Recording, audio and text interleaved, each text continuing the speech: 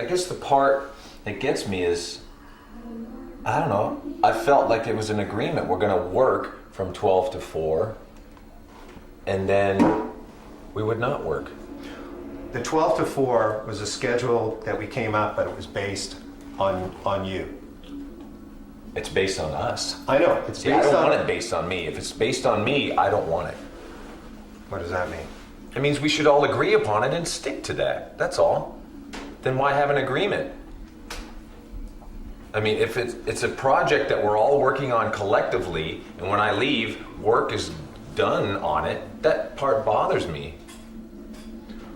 You know, is the only way of avoiding that is agreeing with you. And that's just, that's what I can't get my head around. If we all just sit there, of course, James, you throw the rule out, we all just blindly agree to it. Okay, 4:01, you're out the door, everybody's happy.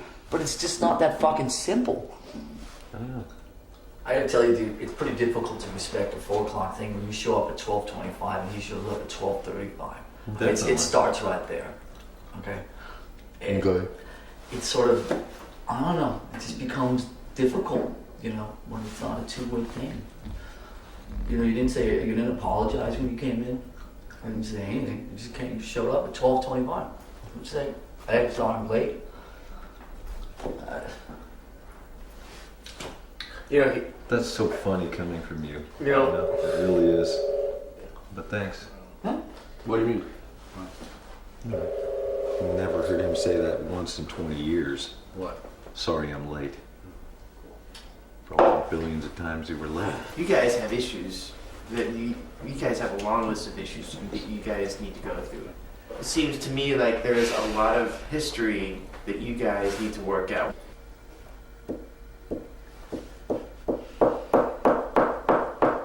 You know, I almost feel like a science project right now. You know, it's like I walk out of here and I feel it, you know, oh, so how did it go today with, you know, the project, the guy, you know. I don't like that. Who's saying that? I don't know. I'm assuming, and that's another thing that's not good to do. No one's saying that, but I don't know. I get that. I guess that's a fear of mine. And it's the same with him. He's got issues too. He's not vocal about them like you. He's got a lot he's got to get out. He's got to have your respect. That guy right there. He has to have your respect. Because everything you've gone through, this guy's gone through. And he's gone through too. And to a certain extent, me. I just think it's so fucking self-absorbed and so selfish. And the things that I struggle with on that is this complete lack of not only respecting other points of view, sacrificing your own needs for other ways, but also kind of a complete lack of caring about other points of view or caring about what I feel or anybody else in this room feels, or you know, all that type of stuff, and or just a lack of interest in how other people feel. It's not there. It just comes down to effort and what you know, what you're willing to do. Like put in that same effort, the same effort that you're putting into your sobriety and your family and your wife has to be put into Metallica. I'm more important than Metallica. Well, of course you are. And I'm tired of the other way around happening, that's all. Why does it have to be either or? Is that the only two options? Is it either Metallica is number one and then everything else is fucked, or I and my family number one and then everything else gets fucked? Is that the only two options that are left?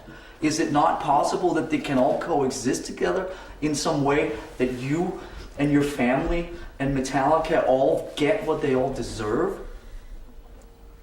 My family's more important to me than this fucking band, okay? But it doesn't mean I'm not ready to put in 8 12-hour days if that's what it takes right now. See, that's contradicting to me. Okay. Because when you sit here for 8 hours and don't go home, I think, well, he doesn't give a shit about his family, you know, and that's none of my business. What? So I need to hear that stuff from you too. you thinking, Lars? I never feel I get closer to seeing anything clearer. And I don't know where this is going. Yeah. I just wish I had some clarity in my life. Right. Okay, it's been That's a year and a really- half that's of really- fog, so it doesn't seem like it's going anywhere. And when it doesn't More seem like talk. when it seems like it's not going anywhere, then what's it like to be you? It's frustrating. Like angry, like It's just Scared. frustrating. Okay, I don't know. Does it always have to have the It's just. long range? I'd like to This is understand. what bugs me about this process: is that every single thought has to be dissected. Every emotion. What were you feeling in that instant? I don't know. Right now, it fucking annoys me. Okay? It's been a fucking year and a half of this. And it just doesn't seem like we're getting far. Is you spend time in a room and you don't really become friends. Well, you become friends on a certain level. But I always put so much work in it.